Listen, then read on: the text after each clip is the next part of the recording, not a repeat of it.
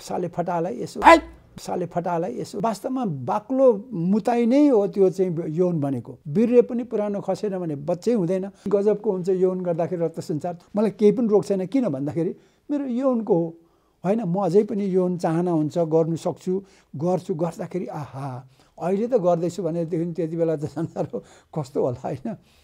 दिनमा 3-4 जनासँग गर्लफ्रेन्डसँग पनि भेट्यो भने आफै पनि नाङ्गै गरेर हिँड्छु। संसारमा अहिले यौनभन्दा ठुलो समस्या केही पनि छैन। म आफै यहाँ पनि नाङ्गै हिँड्छु। मेरो नाति नातिनीहरू छन्, ए बाजे भन्छन् घरि हे गर्छन्। अब त्यो पनि गइसक्यो के। गणतन्त्र भन्यो भनेदेखि सिधै जेल जानुपर्ने थियो। छोपेको हुन्छ पछाडि, पर्दा पछाडि हुन्छ। मैले पर्दा खोलिदिएको मात्रै हो। यो कृषि र यौनको के सम्बन्ध छ? बाफ्रे, कृषिभन्दा अगाडि यौनको कुरा। यौन बिना त हाम्रो उत्पत्ति सम्भवै छैन। कृषि जान्नुभन्दा अगाडि यौन जान्नै पर्छ भने यौन हाम्रो मुहान हो, सृजनाको हाम्रो चाहिँ सृष्टिको मुहान हो 1 नम्बर। डाक्टर साहब स्वागत छ। हजुर नमस्कार सबैलाई। पछिल्लो समय नेपालको राजनीतिमा परमादेशपछि जुन सरकार बनेको छ, गठबन्धनको सरकार, त्यसले मन्त्रीमण्डल पूर्णता दिन सकेन अहिलेसम्म। के को समस्या हो यो? अहिलेको सत्ता राजनीतिलाई तपाईँले कसरी हेरिराख्नु भएको छ? अहिलेको यो के भन्ने, अब यो लोकतन्त्रको खराबीमा एउटा चाहिँ अलिकति संसदीय व्यवस्थामा पूर्ण लोकतन्त्रको अभ्यास हुन सकेन भने यस्तो खालको यो अहिले टिके तन्त्रको समस्या हो। नेपालमा टिके तन्त्र आइसकेपछि संसदीय व्यवस्था चाहिँ एकदम त्यसले लोकतन्त्रको कामै गर्न सकेन।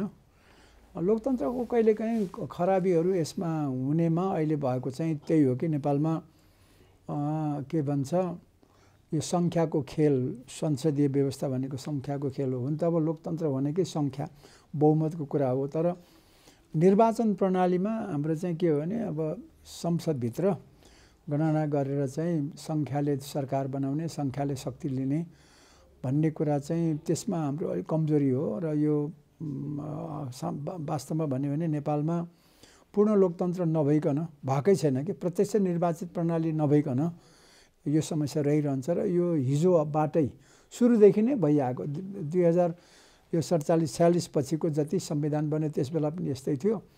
अहिले पनि त्यो धारा 75 के अरे त्यो के भन्छ 76 को 5 लगाए पनि अझै पनि त्यसलाई अपव्याख्या गरेर यस्तो भएको हो। तर अब बिस्तारै स्थापित हुँदै जाला।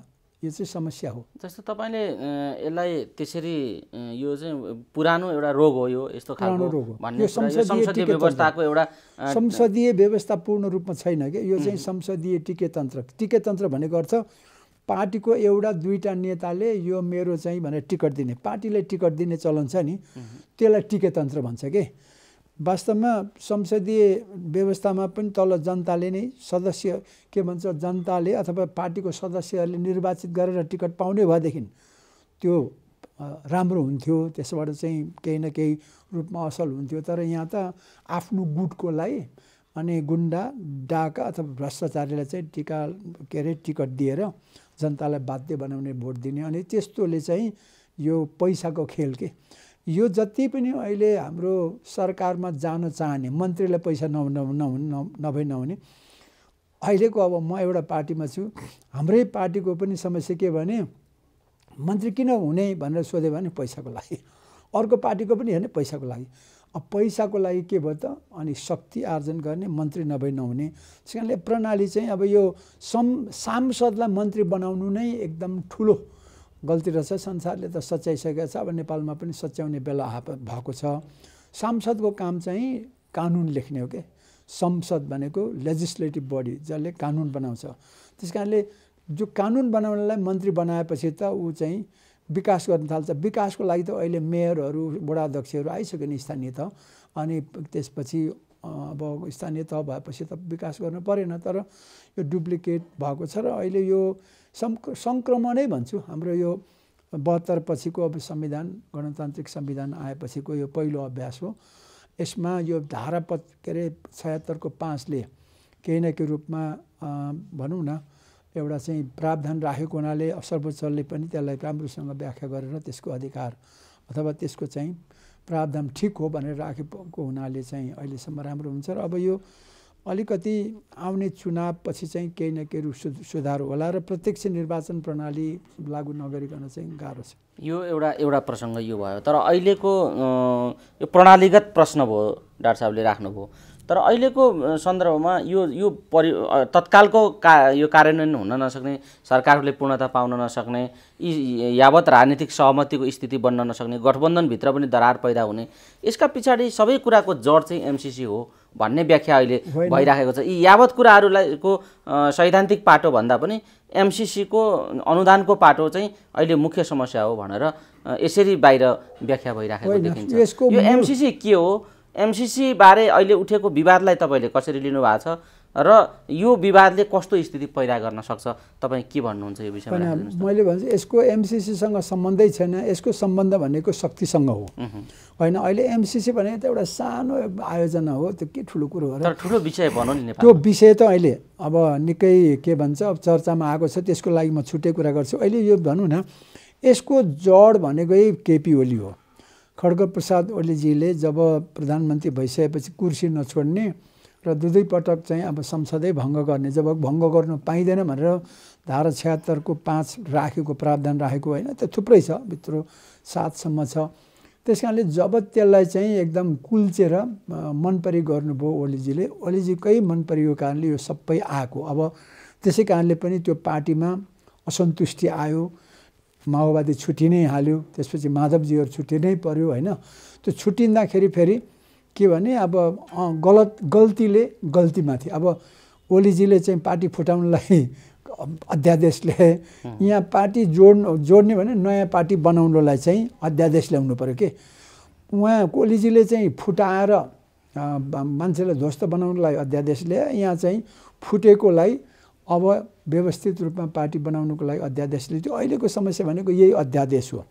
20% पार्टी फुटाउनु पाउने भएपछि अब फुट्यो होइन, फुटेर करिब करिब जसपा 2टा भयो, एमाले 2टा भयो। त्यस कारणले यसलाई स्थापित गरेपछि अनि मात्रै हुन्छ भनेको हुनाले अहिले यो वास्तवमा ढिलाइ हुनुको कारण एमसिसी त हुँदै होइन, 0% हो। एमसिसी चाहिँ त्यो हुँदै होइन।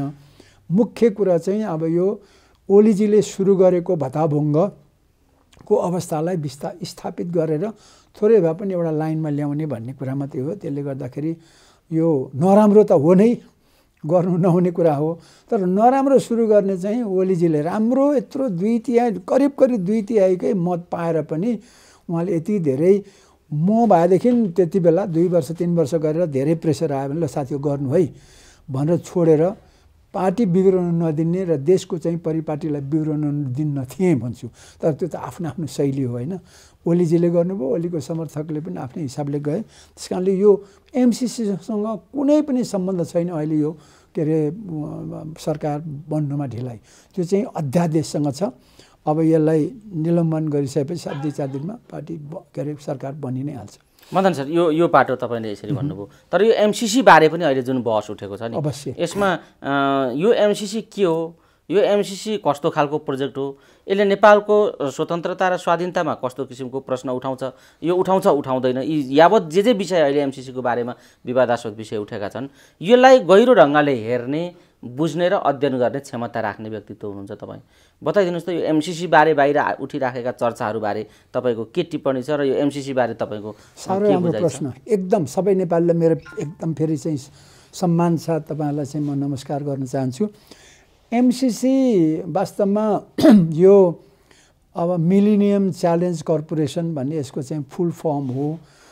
यो अमेरिका को एउटा नयाँ खालको चाहिँ विकासको सहयोग गर्ने अवधारणा हो। यो चाहिँ अब सन् 2001 सेप्टेम्बर 11 जब के भन्छ अब के त्यसलाई आतङ्कवादी त के भनौँ, जिउ छाडेका इस्लामिक समूहले चाहिँ अमेरिकामा आक्रमण गरेपछि किन भयो भन्दा अमेरिकाले दादागिरी गर्यो। अब त्यो गर्न पाइँदैन। किन दादागिरी गर्यो भने संसारमा सबै गरिबी छ, भोकमरी छ, मान्छेले जिउ छाडे भनेपछि अमेरिकाले नयाँ बाटो लिनुपर्छ भनेर सुरु भएको छोटकरीमा। अनि त्यसैमा चाहिँ त्योसँग एउटा जोडिन्छ।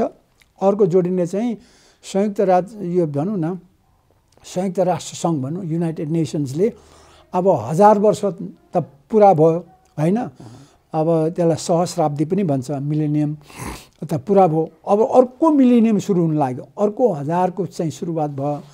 यो 1000मा नसकेको काम अर्को 1000मा के चाहिँ गर्ने त, कसरी गर्ने भनेर चाहिँ अब त्यो छलफल हुँदै थियो संसारभरिको देशहरूसँग।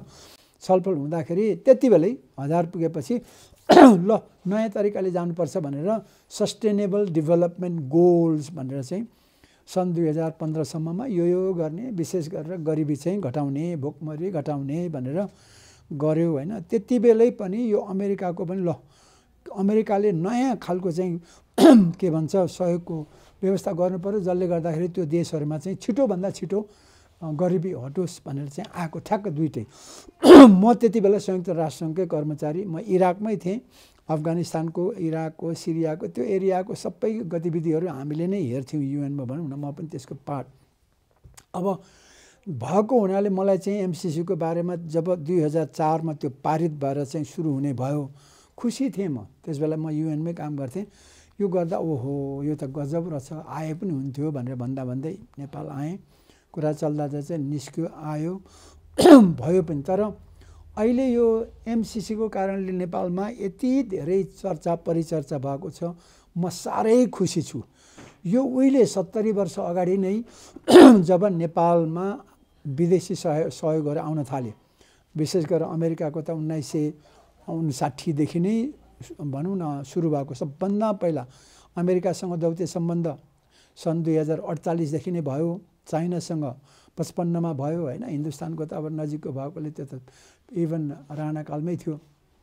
यस्तो दौत्य सम्बन्धहरू हुँदाखेरि आर्थिक सहायता त अमेरिकाले पहिला यहाँ बिजुली बनाउनु र बाटो बनाउनु सबभन्दा पहिलो सहयोग होइन, देखि लिएर थुप्रो कुराहरू छ। यो देखि लिएर सबै बेलायतले दिएको छ, कति धेरै सहयोग जापानले दिएको छ, भारतको त कुरै छोडिदिउँ जबकि यति धेरै दिएको छ। अरू युरोपियन देशदेखि सबैले दिएको छ। यो हरेक सहयोगको बारेमा जनतालाई चाहिँ सुसूचित गर्नुपर्ने, तर शासन व्यवस्था नै हिजो राणाको थियो होइन। अब थाहै नपाउने राजाको त झन् त्यस्तै भयो। त्यसपछि लोकतन्त्र आएपछि पनि जनताले थाहा पाएनन् कि देशमा के हुँदैछ कसो हुँदैछ भनेर।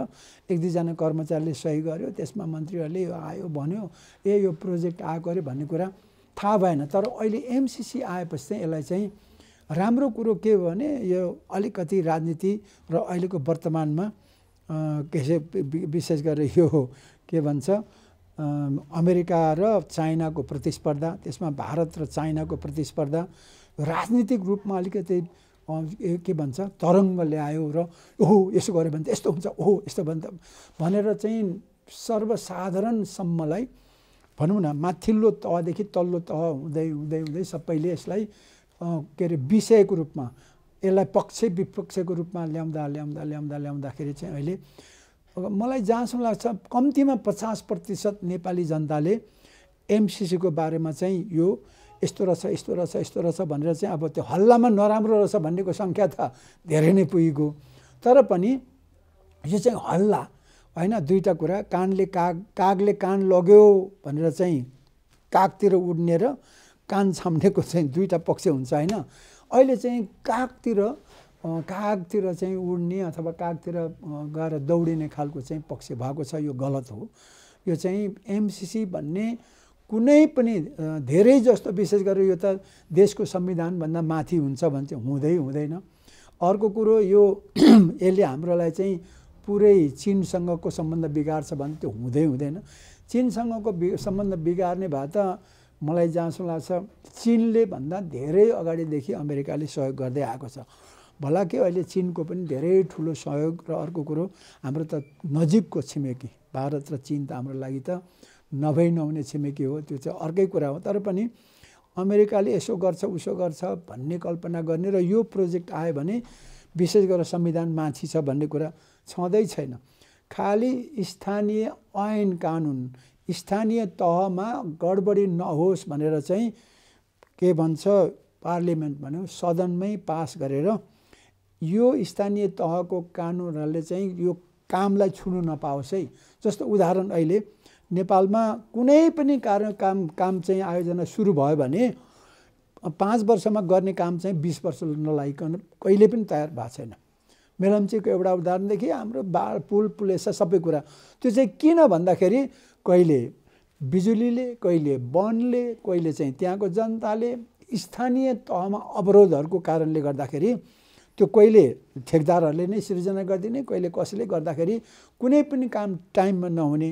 तर एमसिसीको प्रावधान चाहिँ के छ भने सुरु गरेको ठ्याक्क कतिमा हो सक्ने, 5 वर्ष भने 5 वर्ष, आज सुरु गरे 5 वर्षको लास्ट दिनमा सक्ने, त्यसपछि बाँकी कुराहरू चाहिँ त्यसलाई पछि कागजपत्र मिलाएर सक्ने। त्यस कारणले काम चाहिँ सक्ने भनेर यसमा अवरोध आउनु हुँदैन है भनेर अग्रिम तयारी जस्तो 3-4 वर्ष लाग्यो नि त, अग्रिम तयारी गर्नको लागि र त्यो काम गर्दाखेरि स्थानीय कसैले पनि अवरोध, वनको ऐनले छुनु नपाउने, सडक ऐनले छुनु नपाउने, अथवा के को ऐन छ त्यहाँ विद्युत ऐनले छुनु नपाउने, त्यो चाहिँ कसरी भने किनभने संसदले पास गरेको त्योभन्दा माथि छ, संविधानभन्दा मुनि छ। तर त्यो स्थानीय ऐनले चाहिँ छुनु नपाउने भनेर राखेको त्यो के को लागि भन्दाखेरि नेपाल लुट्नुलाई होइन नि, त्यो काम चाहिँ ट्याक्क टाइममा हुनु पर्यो हो। यहाँनिर एउटा चाहिँ भयङ्कर ठुलो मिसअन्डरस्ट्यान्डिङ, यसमा चाहिँ भ्रम छ। यो कुरा स्पष्ट बुझ्नुपर्छ कि ऐनहरू चाहिँ त्यो ठाउँमा काम गर्दाखेरि कुनै पनि ऐनले यो हाम्रो यो के अरे यो विकास ऐन भनौँ न, यो चाहिँ प्रावधान हुने कारण चाहिँ फेरि दुईवटा छ। अन्तर्राष्ट्रिय सम्बन्ध, यो चाहिँ इन्टरनेसनल ट्रिटी भन्छ के, यो भियना कन्भेन्सनको सन् 2048 सालको यो कन्भेन्सनमा के छ भने अन्तर्राष्ट्रिय जगतमा एक राष्ट्रदेखि अर्को राष्ट्रबिचको सम्बन्धहरूको यो चाहिँ प्रावधानहरू छ भनेर त्यो प्रावधान अनुसार नै भएको हुनाले त्यहाँनिर त्यसमा सदनले अनुमोदन गर्नुपर्छ। पहिला त यो इन्टरनेसनल ट्रिटी भएकोले सदनले अनुमोदन गर्नुपर्ने। अर्को चाहिँ यो के भन्छ छिट्टै लागू गर्ने र देशमा सबभन्दा समस्या के छ प्रावधानहरू भन्दाखेरि सबैले अड्छन्। कुनै बाटो खन्दैछ, बिजुली लाग्दैछ, त्यहाँ एउटाले गएर वनले, अघि मैले भने नि बिजुलीले, बाटोले, स्थानीय तहले सबैले अवरोध गर्नेहरूले त्यो गर्न पाउँदैन है भनेर चाहिँ सदनले नै पास गर्नुपर्ने। दुईवटा कारण, एउटा चाहिँ अन्तर्राष्ट्रिय के भन्छ यो सम्झौताको कारणले, तर त्यो त मूल होइन, तर मूल चाहिँ स्थानीय तहमा अवरोध नहोस् भनेर हो। र अर्को कुरो यसमा चाहिँ संविधान ऐनभित्र नपर्ने कारण चाहिँ यो त यसभित्रको के अरे अन्तर्राष्ट्रिय सम्झौता पनि त संविधानभन्दा त माथि छैन नि, त्यो त खालि हुन्छ यो गर्ने भन्दा नमान्नु पनि सक्छ। ल आजदेखि हामीले यो अन्तर्राष्ट्रिय सम्झौता मानेनौँ है भन्दाखेरि हाम्रो सदनले अथवा सरकारले नै त्यसलाई चाहिँ के अरे छोड्न पनि सक्छ, त्यसलाई के भन्छ त्यसलाई चाहिँ नि निषेध गर्न पनि सक्छ। अर्को चाहिँ फेरि के छ भने सबभन्दा नेपाली जनताले बुझ्नुपर्ने यसको एउटै महत्त्वपूर्ण चाहिँ प्रावधान के छ भने कुनै पनि नेपाल सरकारलाई एमसिसी ठिक लागेन, काम गर्दा गर्दै गर्दै यो राष्ट्रिय स्वाधीनता, स्वाभिमान अथवा हाम्रो यहाँको सुरक्षामा कुनै पनि त्यस्तो अवरोध हुने, नराम्रो हुने लाग्यो भने 30 दिनमा तपाईलाई हामी जय नेपाल भन्छौँ है, किनभने अब हामीलाई यो चाहिएन, यो कारणले गर्दाखेरि यो हामीलाई चाहिएन भनेर नेपालले पनि भन्न सक्छ। त्यसपछि यो अमेरिकाले पनि ल है दुईवटा देशमा त निकालिसक्यो नि, किनभने उता तपाईँहरूले चाहिँ यो विशेष गरेर माडागास्कर र अर्को देशमा चाहिँ उनीहरूले के भने तपाईँहरूले लोकतन्त्रको लागि हामी प्रतिबद्ध छौँ भन्नुभएको हो, यहाँ सेनाको शासन लागू भयो, अब हामी एमसिसी मान्दैनौँ भनेर उनीहरूले पनि 30 दिनको नोटिस दिएर निकाल्न सक्छ कि दोहोरै छ। त्यस कारणले यसबाट माथि जाने एकदमै संविधानभन्दा यो आएर सेना ल्याउने, सेनाको त यहाँ कुनै पनि हरफमा एमसिसीको जम्मै त्यहाँको एक्टहरू छ होइन, त्यो त दुईटै सदनले पास गरेको अमेरिकाको, अब त्यसमा त पटक्कै केही पनि छैन। त्यो मिलिट्री भन्ने कुरा त बरु युएसएआइडीकोमा चाहिँ सुरक्षा सम्बन्धीको कुराहरू छ, जुन युएसएआइडी त यहाँ 72 वर्षदेखि होइन लागू भइरहेछ। त्यो त युएस एम्बासीमा। तर डाक्टर साहब जस्तो इन्डो पेसिफिक रणनीतिको एउटा अङ्ग हो र यो अमेरिकी सुरक्षा सँग जोडिएको बजेट हो भनेर यसरी यहाँ व्याख्या भइराखेको छ। यसरी व्याख्या गर्नेमा शीर्ष पार्टीका शीर्ष नेताहरू नै रहेको पनि देखिन्छ कि उनीहरूले नबुझेर यो गरेका हुन् या यसका पछाडि कुनै राजनीतिक स्वार्थ छ? यो के हो तपाईँले अलिकति क्लियर गरिदिनुहोस्। मेरो बुझाइमा इन्डो पेसिफिक रणनीतिको यो अङ्ग हो भन्ने खालको जुन बुझाइ छ नि अहिले व्याख्या गरिएको छ, यो के हो वास्तविकता बताउनुहोस्। एकदम राम्रो। इन्डो पेसिफिक भनेको त यो समुद्री इलाकाको कुरो भयो के यो, होइन? पेसिफिक ओसन र इन्डियन ओसनको बिचमा चाहिँ, होइन, अब यो विशेष गरेर चीन भारत, होइन, को यो देश र यो दुईटा चाहिँ के भन्छ महासागरहरूमा संसारको करिब करिब 50% बढी व्यापार हुन्छ। यो इन्डो पेसिफिकको इस्यु निकालेको त युरोपियन युनियनले हो, किनभने अब चीनसँगको व्यापारमा अब चाहिँ गडबडी हुने भयो है। चीन चाहिँ अब आर्थिक रूपमा सम्पन्न भएपछि उसको त्यहाँ के भन्छ हालिमुहाली होला, उसको चाहिँ दादागिरी होला, त्यो चाहिँ हामीले होस पुर्याउनु पर्छ र बेलैमा सन्तुलन ल्याउनु पर्छ भनेर इयुले सुरु गर्यो, होइन? अब त्यस बेला पनि त्यहाँ सँगै छ। अनि अमेरिकासँग छलफल गरेर उनीहरूले चाहिँ यो इन्डो पेसिफिक स्ट्राटेजी भनेर चाहिँ उनीहरूले राखेको भनेको अर्थ के भने मुख्य कुरा त व्यापारकै कुरा, पैसै कुरा, लेनदेनकै कुरा हो। त्यसमा चाहिँ कुनै चाइनाले अथवा कुनै देशले पनि यसमा बढी दादागिरी गर्न पाउने, हालिमुहाली गर्न पाउँदैन है भन्ने किसिमले चाहिँ त्यो छलफल, यो राजनीतिक कुरा हो, होइन? स्ट्राटेजी भन्छ नि। तर एमसिसी भन्ने चाहिँ अमेरिकनको पैसा हो, अमेरिकन र युरोपियनकै स्ट्राटेजी हो आइपिएस भन्ने, होइन? त्यो त हुने नै भयो। भूगोलको हिसाबले हेर्दा त नेपाल पनि आइपिएसकै भूगोलमा पर्छ र त्यही अनुसारले भोलि गएर कुरा गर्दै जाँदाखेरि त अमेरिका इन्भल्भ भएपछि त एमसिसी इन्भल्भ हुने भएन।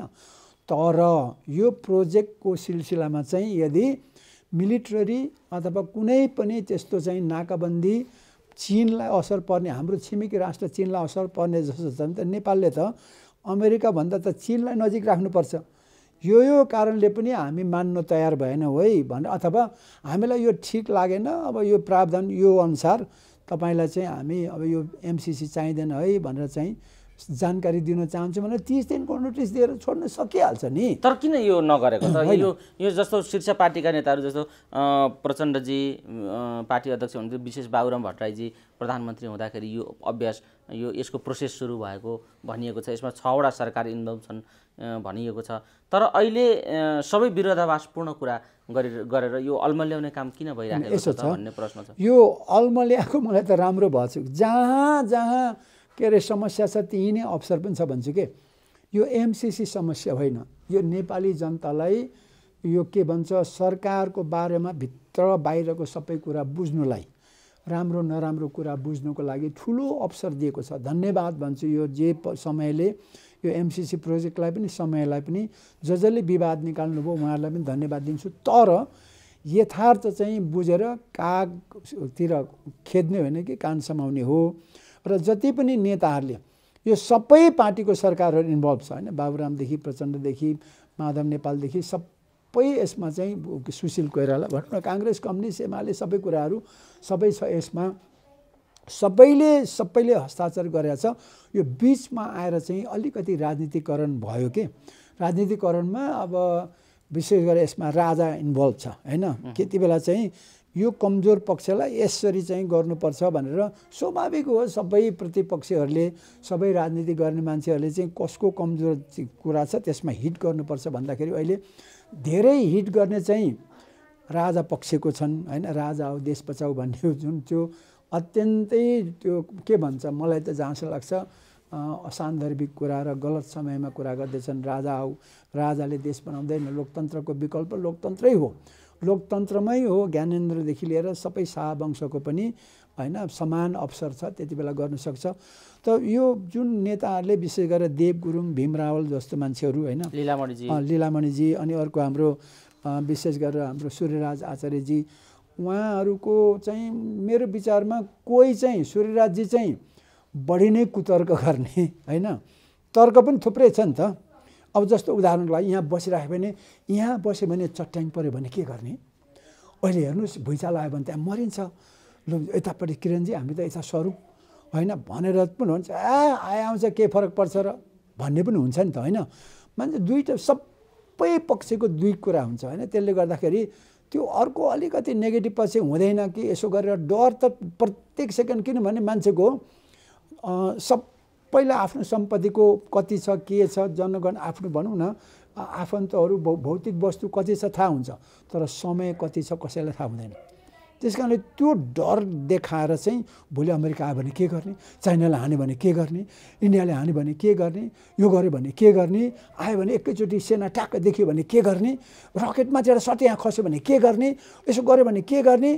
अब यो गर्यो भने के गर्ने भने त 72 वर्षदेखि अमेरिका यहाँ बसिरहेको छ होइन, ढास्स बसेर चाहिँ सबै कुरा गरिरहेको छ, केही पनि गरेर देखिनँ। म त उहाँ मुस्ताङ बसेको तिब्बतमा फ्री तिब्बत भनेर चाहिँ हाम्रो युरोप र अमेरिकाले धेरै सहयोग गरेर चाहिँ कति खम्पा काण्डै भएर भयो नि त, त्यहाँ थुप्रो अपरेसन भएको छ। म त त्यो अपरेसनमा परेको मान्छे, इन्भल्भ भएको मान्छे होइन, त्यस्तो गर्ने मान्छेहरू त भइरहन्छ। तर त्यो कति महत्त्वपूर्ण छ के छ भने अमेरिका र के अरे चाइनासँगै नमिलिकन संसारमा उनीहरूको दुइटैको भलाइ छँदै छैन।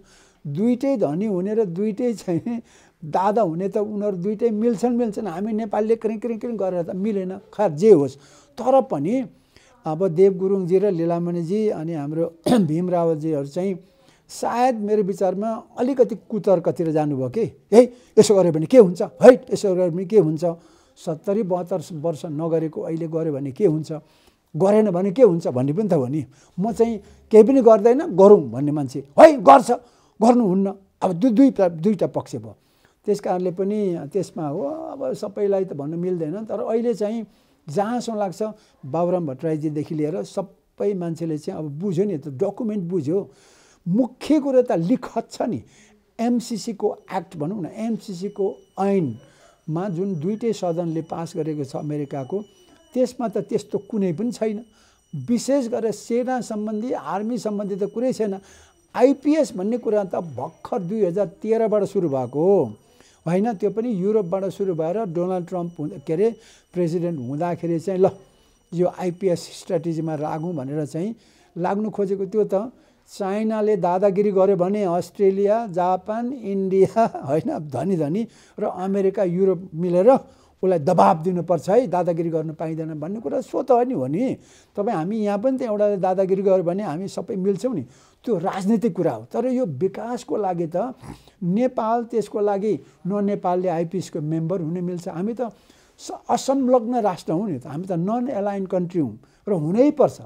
हामी भारत र चीनको बिचमा त हामी ल है दुइटैलाई चाहिँ तपाईँहरू हाम्रो लागि मित्र हुनुहुन्छ, तपाईँहरूको आफ्नो समस्या होला तर हाम्रो पनि आफ्नै हुन्छ। तर हामी तपाईँहरूसँग दुइटैलाई बराबरीको रूपमा हामी त गतिशील पुल भएर बस्न चाहन्छौँ, सहयोग गर्न चाहन्छौँ, सहयोग लिन चाहन्छौँ भनेर बस्नुपर्छ। त्यसमा अमेरिका जस्तो शक्ति राष्ट्र, युरोपियन युनियन जस्तो शक्ति राष्ट्रको लागि त हामीले त उनीहरूलाई पनि तपाईँहरूलाई हामी समान रूपमा सम्मान गर्छौँ, तपाईँहरूको सहयोग चाहिन्छ हामीले पनि सकेको सहयोग गर्छौँ भनेर त हामीले त त्यो त एकदमै कूटनीतिक हिसाबले चल्नु पर्यो नि। हामीले कोही असंलग्न भनेकै फेभर गर्नै हुँदैन कसैको, भारतलाई पनि गर्नु भएन। तर नजिकको नाताले चाहिँ अब हाम्रो बढी लेनदेन जोसँग हुन्छ, लेनदेनमा ल है तपाईँसँग यति भएछ, चीनको लेनदेनमा जति भएको छ भन्ने हो, त्यसपछि अमेरिकाको। त्यस कारणले गर्दाखेरि मलाई जहाँसम्म लाग्छ यो नेपालले चाहिँ अहिले जति पनि नेतृत्वहरूले बुझेको छैन, बुझ्नु होला, भीमराजजीले बुझ्नु होला। अब म बुझ्नै चाहन्न भन्नुभयो नि त बेग्लै हो। तर बुदागत रूपमा सबै आर्टिकल भनेको सबै त्यहाँ छ नि, के भन्छ त्यो परिच्छेद होइन, अनुच्छेद परिच्छेददेखि लिएर सबै कुरा हेर्दाखेरि सबभन्दा महत्त्वपूर्ण नेपाली जनताले बुझ्नुपर्ने, नेपाल सरकारले नेपाललाई अहित हुने काम कतै पनि हुँदैछ भन्ने थाहा पाउने बित्तिकै 30 दिनको सूचना दिएर यसलाई बन्द गर्न सक्छ होइन। दोस्रो, नेपाल सरकारको संविधान जहिले पनि माथि छ, यो कानुनभन्दा माथि यो चाहिँ के भन्छ संसदमा लानुपर्ने कारण दुईटा छ। एउटा चाहिँ स्थानीय तहमा यो काम गर्दाखेरि अवरोधहरू आउँछ, वनको सडकको ऐन अथवा कुनै पनि ऐनले, कृषिको ऐन कसैले पनि यसलाई के अरे हानि नपुर्याओस् अथवा के अरे अवरोध नगरोस् र काम ढिलो नबनाओस्। ठ्याक्क टाइममै काम सक्नुपर्छ। त्यसलाई त्यो सानो तिनो अथवा सानो तिनो भनेको त्यो स्थानीय तहमा लागू हुने कानुन चाहिँ भन्दा यो माथि होस्, त्यति भित्रको मात्रै काम गर्ने एरियाको भित्र मात्रै, संविधान माथि होइन। त्यसको लागि चाहिँ सदनको ऱ्याटिफिकेसन भन्यो, अनुमोदन चाहिएको।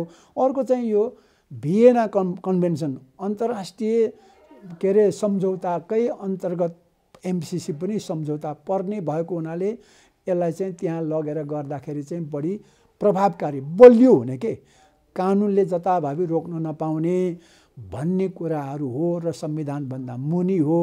अर्को कुरा चाहिँ लेखा परीक्षणै गर्न नपाउने, किन नपाउने? लेखा परीक्षण भनेको अमेरिकाको पैसा अमेरिकनले लेखा परीक्षण गर्छ, नेपाली पैसा नेपाली लेखा परीक्षण गर्दै गरि नै राखेको छ नि। अहिले त 4 वर्ष त भइसक्यो होइन। र यदि अमेरिकाको पनि के भएको छ भने नेपालले चाह्यो भने गर्नु सक्छ, अमेरिकाले पनि नेपालको कति भएपछि गर्न सक्छ। यो त इन्डिपेन्डेन्ट भन्छ नि, एउटा स्वतन्त्र के अरे लेखा परीक्षकले पनि गर्छ होइन, र सरकारको लेखा परीक्षक महालेखा परीक्षकले पनि गर्न सक्छ। त्यसले गर्दा त्यो त प्रावधानमा त कुनै पनि त्यस्तो छैन, खालि त्यसलाई शङ्काको भरमा र त्यो पहिलाको जुन नसच्याएको अब प्रश्न उत्तर त सबै भइरहेको छ नि त। अनि त्यसलाई क्लियर कट रूपमा भनेको हुनाले र यो जुन सदनमा लगेर पास गर्दा मात्रै यो स्थानीय कानुनहरू चाहिँ के भन्छ अवरोध गर्दैन भनेर चाहिँ नेपालको कानुन मन्त्रालयले नै यो चाहिँ सदनमा लानुपर्छ, संसदमा लानुपर्छ, त्यसले मात्रै बलियो हुन्छ भनेर सुझाव दिएकै छ। यति सहिलो कुराहरू हामीले बुझेको छैनौँ, तैपनि बुझेर नेपाली जनताले बरु 5-6 महिना ढिलो होस् केही छैन, सबैले बुझ्नु जरुरी छ। बुझेर यसलाई ल्याउनै पर्ने जरुरी छैन। म त स्वाभिमानी मान्छे, नेपाल त दिने हुनुपर्छ, दिने राष्ट्र हो। अहिले हामीले मागेर बाँच्नुपर्छ, यो नहोस्। तर पनि म अर्को पनि के भन्न चाहन्छु भने संसारभरि आजसम्म सबै लेनदेनै हो, भएकोबाट लिने हो। अहिले अमेरिकासँग छ लिने हो। पहिला एसियाले चाहिँ दिन्थ्यो, युरोपलाई दियो, एसियाले दियो युरोपलाई, युरोपले अमेरिकालाई दियो, अमेरिकाले अब हामीलाई दिन्छ होइन। सम्पूर्ण कुरा त करिब दोस्रो विश्वयुद्धपछि त सबै कुरा अमेरिकाले दिइरहेछ, टेक्नोलोजी दिएको छ, पैसा दिए। जापान बनेको अमेरिकाले हो, कोरिया बनेको, सिङ्गापुर बनेको सबै अमेरिकाले त हो नि। चीनै अहिले अमेरिकाले बन्दैछ होइन, किनभने उसैको इकोनोमीले त बढ्दैछ। तर त्यो सबै एसियाबाट गएको, एसियाबाट युरोप गयो, युरोपबाट अमेरिका गयो। अब युरोपियनहरू खान नपाएर त अमेरिका गएको हो नि त होइन कुनै बेलामा। त्यो कारणले गर्दाखेरि यो संसारमा त घुमिरहन्छ। नेपाल अहिले माग्ने भएको छ, कुनै दिन दिनै हुन्छ। यो त सबै तत्त्व चक्र न हो, त्यो वस्तु चक्र हो। अब हामी पानी र बिजुली, पानी र बिरुवाको धनी देश हो, हामी त दिनै हुनुपर्ने। तर हामी पानी नभएको देशमा, बिरुवा नभएको देशमा चाहिँ के भन्छ बनी गरेर खान्छौँ। त्यो त राम्रो कुरा त होइन। तर पनि यसबाट त सिकिन्छ, जहाँ समस्या आउँछ त्यहीँ त अवसर हुन्छ। म त यति धेरै खुसी छु कि तर एमसिसी आयो भने हामीलाई चाहिँ सबभन्दा सहिलो हुने चाहिँ यो विकासको नेपालको अहिले पनि सबै नेपाली जनताले सुन्नु होला। यही सालको बजेटमा पनि हाम्रो तलब भत्ता खुवाउने र चाहिँ देशको सामान्य अवस्था घर चलाउनुको लागि 10 खरब लाग्दैछ। तर घरको आम्दानी भने 8 खरब मात्रै छ। करिब 2 खरब पैसा त अझै जान छोराछोरी पाल्नलाई मात्रै चाहिन्छ होइन। विकासको कुरा त छोडिदेऊ न होइन, विकासको कुरा त छोडिदेऊ। ऋण लिएर चाहिँ घर चलाउँदैछ, विकास गर्नलाई अर्को 6 खरब जति खर्च ऋण लिएर चाहिँ गर्दैछौँ। ऋणको मात्र हाम्रो 18 खरब पुगिसक्यो। वर्षको 20% भन्दा बढी चाहिँ जति आम्दानी छ, जस्तो 10 खरब आउने सालमा भयो भने त 2 खरब त ऋणै तिर्नुपर्छ, ऋणको ब्याजै तिर्नुपर्छ। अनि ऋणी भइसकेपछि कसरी विकास हुन्छ? त्यस कारणले यो जति 50-55 अहिले करिब 57-58 अरब पैसा त सित्तै आएको छ नि बाबा, ऋण तिर्नु पर्दैन। अनि बिआरआईको कुरा हुन्छ, बिआरआई आउनुपर्छ भने हिजो कता टिकटकमा देखेर चाहिँ बिआरआई आयो भने त एकदम त्यहाँ सहुलियत ऋण पाइन्छ, अनुदान पनि हुनसक्छ। त्यो एमसिसी त सेना ल्याउँछ, यहाँ ल्याउँछ भनेर त्यो गलत सूचना दिँदै थियो कि, त गलत हो। एमसिसी भनेको अमेरिकाले संसारभरिको देशहरूलाई अब यो गरिबीबाट माथि उठ्नुपर्छ भनेर चाहिँ उनकै देशको, र म एउटा के भन्न चाहन्छु, अमेरिका यस्तो नाङ्गो देश हो, त्यो त नाङ्गो देश, त्यहाँ कोही पनि अमेरिकन मिल्दैन। राजनीति गर्नेहरू हामी के बाँच्छौँ र उनीहरू पो छ त मारामारी। अहिले त्यो ट्रम्पको मान्छेहरूले आएर त्यहाँको राजधानीको क्यापिटल हिल नै होइन राष्ट्रपति भवन नै आक्रमण गर्नु खोजेको छ। संसद त कतिपटक आक्रमण गर्यो होइन। र अर्को कुरो चाहिँ त्यहाँको जनताहरूको यस्तो छ कि त्यो त उनीहरूले आफूले पसिना बगाएको कर तिरेको पैसा एक पैसाको हिसाब खोज्छ, 10 रुपियाँको पनि 1 रुपियाँको हिसाब खोज्छ। हामी जस्तो कसले गऱ्यो खायो भनेर एउटालाई चाहिँ सरकारलाई दोष लगायो, एउटा जातलाई दोष लगायो, त्यसरी गर्छौँ। त्यो त्यहाँ अमेरिकामा चल्दैन। प्रत्येकजनालाई चाहिँ त्यो हुन्छ, चेतना हुन्छ, एउटा न एउटा त मुद्दा लगाइहाल्छ। र त्यस कारणले अमेरिकामा हामी जस्तो यो अड्कलबाजी गरेर यो हुँदैन हुन्छ भनेर होइन। त्यहाँ त पुरै जे लेखेको छ त्यो हो कि होइन भनेर। अमेरिका त नाङ्गो देश हो, लुकाउने ठाउँै छैन। डेमोक्रेसी भनेकै ट्रान्सपरेन्ट हो, ट्रान्सपरेन्सी हो होइन। त्यसले गर्दाखेरि मैले देख्दा यो अमेरिकाको ट्याक्स पेयर भनेको करदाताले दिएको पैसा हो। 50-500 मिलियन डलर भनेको 50 अरब, त्यो भनेको के भन्छ ठुलो कुरा हो। 50 करोड भनेको ठुलो कुरा हो होइन। यसलाई यति बजेट आजसम्म नेपालमा आएकै थिएन, भोलि पनि त्यति सहिलो आउनेवाला छैन। किनभने हामीसँग के अरे अब छैन, आम्दानी छैन। अब अन्तर्राष्ट्रिय जगतले यही एमसिसीको कारण र अरू पनि युरोपियन युनियनले पनि जापानले पनि उनीहरूले अब ऋण के अरे नदिने, अनुदान नदिने भनेर अनुदानको सङ्ख्या घट्दै गएर अब ऋण दिने अनुदान नदिने भन्दैछ। भोलि ऋणै लिनु पऱ्यो भने त फेरि ऋण थपिन्छ, तिर्नुपर्छ। त्यस कारणले पनि म भन्छु यसलाई लिँदाखेरि यो एमसिसी भन्ने प्रोजेक्ट लिँदाखेरि नेपाललाई राम्रो हुन्छ। कम्तीमा पनि अहिले 3000 मेगावाट बिजुली निस्किँदैछ। 4-5 वर्षमा 5000 निस्किला। त्यो 3000 जति चाहिँ अथवा 2000 मेगावाट चाहिँ भारतलाई बेच्नु पाए किनिदियो भनेदेखि केही आम्दानीको स्रोत हुन्छ। अर्को चाहिँ यो बाटो एउटा नमुना। हाम्रो बाटो चारणै छ, सरकारले बनाएको बाटो वर्ष दिन पनि टिक्दैन। कम्तीमा पनि यो पूर्व पश्चिम महेन्द्र राजमार्ग भयो, अरू बिपी राजमार्गदेखि थुप्रै राजमार्गहरू बनाइदिएछ सबै विदेशीले होइन। पहिला अब अमेरिकाबाटै सुरु भएको यो राजमार्गहरू चाहिँ कति खप्यो, 20 वर्ष खप्दैछ, 30 वर्ष खप्दैछ। अब यो बन्यो भने त यो त अझै नयाँ नमुना भने त्यो पनि पहाडी इलाकामा एउटा नमुनाको रूपमा बनाउने भन्दैछ। त्यसो गर्दाखेरि कति भौतिक वस्तुहरू, कृषि उत्पादन कति धेरै चाहिँ ओसार पसार गरेर हाम्रो चाहिँ कम्तीमा पनि पैसा कमाउन सकिन्छ। यो पूर्वाधारको चाहिँ विकास हुन्छ। र मलाई अब भन्दा अब नो एमसिसी भन्नुहुन्छ तपाईँहरूले, त्यो आफ्नो विचार हो। मैले देखेको र मलाई विश्वास गर्नुहुन्छ भने त मैले बारम्बार भनेको छु, मलाई झुन्ड्याइदिनुहोस्। र यो एमसिसीमा सेना आयो, यसले गडबडी गर्यो भने म यो देशमा बस्दिनँ, यति ग्यारेन्टी। र मलाई झुन्ड्याए हुन्छ, जेल जीवन हालेर कोर्रा हाले हुन्छ। यसले कुनै गल्ती गर्नेवाला छैन। यस्तो प्रोजेक्ट त मैले देश संसारभरि थुप्रै ठाउँमा काम गरेको हुनाले यस्तो। अनि अर्को टेम्प्लेट भन्छ नि, एउटा फर्मेट भन्छ नि, फारम भर्नुभयो भन्छ नि, यो त अन्तर्राष्ट्रिय जगतको जम्मै खालको एग्रिमेन्टहरू हुन्छ नि, सम्झौताहरूको फारम, चाहे त्यो जापानको होस्, चाहे अमेरिकाको होस्, चाहे युएनको होस्, जम्मैको चाहिँ एउटै टेम्प्लेट भन्छ के। त्यसमा त्यो कानुनी रूपमा चाहिँ बनाएको फारम भरेको हो। अब त्यसमा बुँदाहरू चाहिँ कोही तलमाथि थोरै हुन्छ, तर त्यही नै हो सबै शर्तहरू होइन।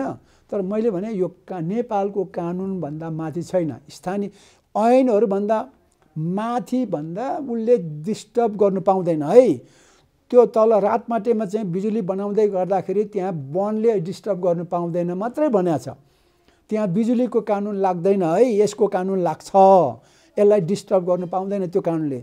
तर त्यहाँनिर कुनै नागरिकलाई भनौँ न अब देशको चाहिँ अस्मिताको कुरा आएर सेनाले चाहिँ त्यहाँ मान्छे मार्न थाल्यो होइन, गडबड गर्न थाल्यो भने त्यहाँ चाहिँ अनि नेपालले चाहिँ 30 दिनभित्र नोटिस दिएर हामीले चाहिँदैन भनेर चाहिँ नेपालले त्यसलाई खारेज गर्नु सक्छ। ठिक छ डाक्टर साहब, तपाईँले यो राख्नुभयो एमसिसीको सन्दर्भलाई यहाँ छोडेर।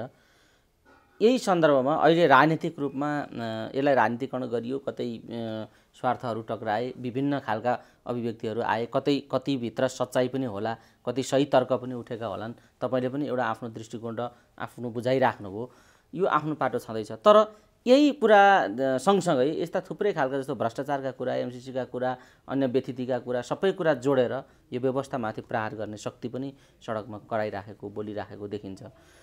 र यो व्यवस्था चाहिँ अब प्रश्न नै हो, यो व्यवस्था नै अब प्रश्न हो भनेर काहीँ न काहीँ त्यो व्यवस्था नै प्रश्न हो भन्ने बुझाइमा चाहिँ विप्लव वैद्य लगायतका वामपन्थी शक्तिहरू र स्वयं प्रचण्डजी पनि पुग्नु भएको हो कि भन्ने खालको एउटा स्थिति पनि देखिन्छ। प्रचण्डजी अब समाजवादी क्रान्तिको नेतृत्व गर्छु म, वाइसिएल चाहिँ विगतमा हिजोको जनसेना जस्तो हुनु पर्यो, ठोक्न थाल्नु पर्यो, प्रहार गर्न थाल्नु पर्यो, यस्ता चाहिँ गलत तत्त्वलाई भगाउने कुरामा चाहिँ निर्णय लिन सक्ने किसिमको हुनु पर्यो, म बिग्रेर यो स्थिति भएको म सप्रिन्छु, यस्तो भन्दै हुनुहुन्छ प्रचण्ड।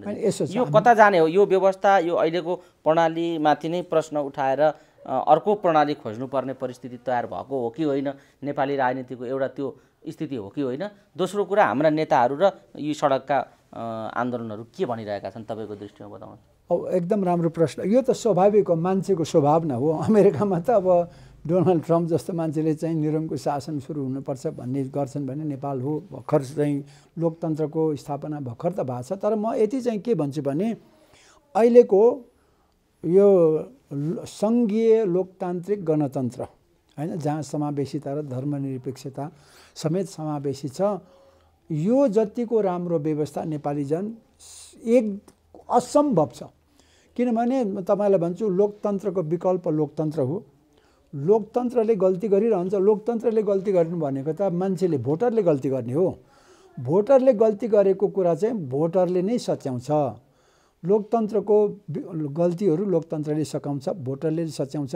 राजाको गल्तीलाई चाहिँ बन्दुकले मात्रै सच्याउँछ होइन। 17,000 परेको थियो, अब 17 लाख मान्छे मार्नुपर्छ। र अहिले जुन नेपालमा परिस्थिति तपाईँले भन्नुभयो, सडकमा यो बेला बेलामा आउने त भइहाल्यो। किनभने 20 वर्षभन्दा बढी निरङ्कुश शासनमा जन्मँदै राजा भएर शासन गरिरहेको, तर खाएको त्यहाँ त तह छ होइन, 5वटा किसिमको तह छ। त्यो तहको मान्छेहरूको चाहिँ त अब त्यो गणतन्त्र आएपछि त सकियो होइन, समान भयो नि। उनीहरू त माथि थिए, त्यो समान तल भुइँमा झरेपछि कति ठुलो चोट पर्यो होला भन्नुहोस् न। म त किनभने राजासँग काम गरेको मान्छे, नजिक भएर त्यो राजाको तरखानीहरूसँग म पनि झन्झनै नजिक थिएँ। त्यहाँ यति धेरै तरखानीहरू देखाएको छु। म त गाउँको मान्छे, म त होइन एउटा के भन्छ कुना गाउँको मान्छे, मलाई त केही पनि थिएन। तर राजासँगको सङ्गत गर्न पुग्दाखेरि त्यो थाहा भयो कि मान्छे कति धेरै माथि छन् भनेर र कति धेरै जनता तल छन् भनेर। अब त्यो चाहिँ बाबुराम भट्टराई, प्रचण्ड अथवा जो होस् कम्युनिस्टको पार्टीहरूले गर्दा र काङ्ग्रेसको सहयोगले गर्दाखेरि राजा चाहिँ हटाए। किन समयले हटाएको थियो, उनीहरू निमित्त भयो। त्यो लोकतन्त्र आयो। अब लोकतन्त्रको विकल्प त छँदै छैन, तर लोकतन्त्रको थुप्रै किसिमको अभ्यासहरू भएको छ। प्रचण्डहरूले भन्न खोजेको संसदीय होइन, सुन्नुहोस् अब त्यस कारणले राजतन्त्र फिर्काउनु पर्छ भन्ने हिजोको तरेहरूको परिवारहरू अहिले नाति नातिनीसम्म पुगेका छन्। उनीहरूले सडकमा टाइम हुने बित्तिकै राजा हो देश बचाऊ भन्ने त स्वाभाविक हो। त्यो एकदम भइरहन्छ, आजसम्म 100औँ वर्षसम्म हुन्छ। दोस्रो चाहिँ कम्युनिस्टहरू राजा पछिको सबभन्दा प्रचण्डले चाहेको त यहाँ त पुरै के भन्छ जनवाद थियो नि त होइन, अथवा के अरे त्यसलाई के भन्छ साम्यवाद थियो। त्यो त भएन। बाबुरामले सबै बुझ्यो साम्यवाद होइन, अब त यसरी जानुपर्छ। के भन्छ जानु त समाजवादमा समानतामा जाने हो, तर पनि पुँजीवादको विकास नगरिकन जान सकिँदैन भने गर्यो। अब त्यहीबाट बाबुराम छुटेकै कारण त हो नि। एउटा राजा हटाउनलाई एक भए, तर अगाडि बढ्नलाई चाहिँ अनेक भए। त्यसमा बाबुराम पक्ष लोकतन्त्रमा हिँड्यो। अब लोकतन्त्र डेमोक्रेसी बाहेक अरू केही पनि छैन, यसैमा मात्रै पारदर्शिता हुन्छ र यो सजिलो हुन्छ करेक्सन गर्नलाई। यति थियो, जरुरी थियो यो के अरे गणतन्त्र, सङ्घीयता, लोकतन्त्रको आधार गणतन्त्र, सङ्घीयता, समावेशिता र धर्मनिरपेक्षता चाहिन्थ्यो। त्यो भइहाल्यो। अब यसपछि चाहिँ हामी प्रतिस्पर्धाबाट जानुपर्छ भन्ने कुरा आयो र प्रत्यक्ष निर्वाचित प्रणाली, निर्वाचन प्रणाली मात्रै थोरै फेरिदियो भने पनि हुन्छ भन्ने भयो। यतापट्टि वैद्यजीहरू, अरू हार्डलाइन कम्युनिस्ट हुँदैन, अझै जनवाद आएकै छैन, विप्लवजी हुँदैन भनेर घरिघरि राजातिर जस्तो घरिघरि कहाँ। लोकतन्त्रको अभ्यासको अर्थै उहाँले चाहिँ बुझिराखेको जस्तो देखिँदैन, कारण उहाँहरू अर्कै बाटो हिँड्नुहुन्छ होइन। त्यसपछि अब त्यो बिचमा ओलीजीहरू यता धर्मतिर जाने हो कि नेपालमा त हिन्दू धेरै छन्, भोट त हिन्दूबाट पो आउला है, हिन्दू धर्म यहाँ कायम हुनुपर्छ फेरि भन्ने होइन, कसो गर्नुपर्छ भनेर। यो जुन छ नि, यो कस्तो भने उनीहरूलाई देश विकास गर्ने कुनै अर्थ छैन। आजसम्म मैले बाबुराम भट्टराई बाहेक, नरिसाउनु होला कोही भन्नुहुन्छ, सबैसँग सङ्गत गरेँ। अहिलेको त मेरो शेरबहादुर र रामचन्द्रजी मात्रै मेरो दौतेरी हुन्, अरू त सबै बाबुराम प्रचण्डहरू त प्रचण्ड मेरो चेलै भयो। यिनीहरूको चाहिँ चर्तिकाला हेर्दाखेरि बाबुरामको चाहिँ थोरै मलाई विश्वास छ, यिनी निस्वार्थ साथ सबै छोडेर लागेका हुन्। अरू त ठुलो हुँला भनेरै लागेका छन्। डाक्टर साहब ठ्याक्कै देश बनाउनुले त कोही पनि लागेकै छैन, म त्यति किटेरै भन्छु। डाक्टर साहब यो बडा राम्रो अनुभव, तपाईँको अनुभूति र भोगाई तपाईँले राखिदिनु भयो। आम दर्शक श्रोताले बुझ्ने मौका पनि पाउनुहुन्छ। विशेष गरी नेपालमा थोरै औँलामा गन्न सकिने विज्ञमध्ये पर्नुहुन्छ तपाईँ, कृषि वैज्ञानिक पनि हुनुहुन्छ र तपाईँले नयाँ कन्सेप्टद्वारा यो कृषिलाई आधुनिकीकरण गर्ने र नेपालको आर्थिक उन्नतिलाई जोड दिने कुरामा तपाईँ चिन्तनशील हुनुहुन्छ। त्यही अनुसारको स्कुल खोल्नु भएको छ।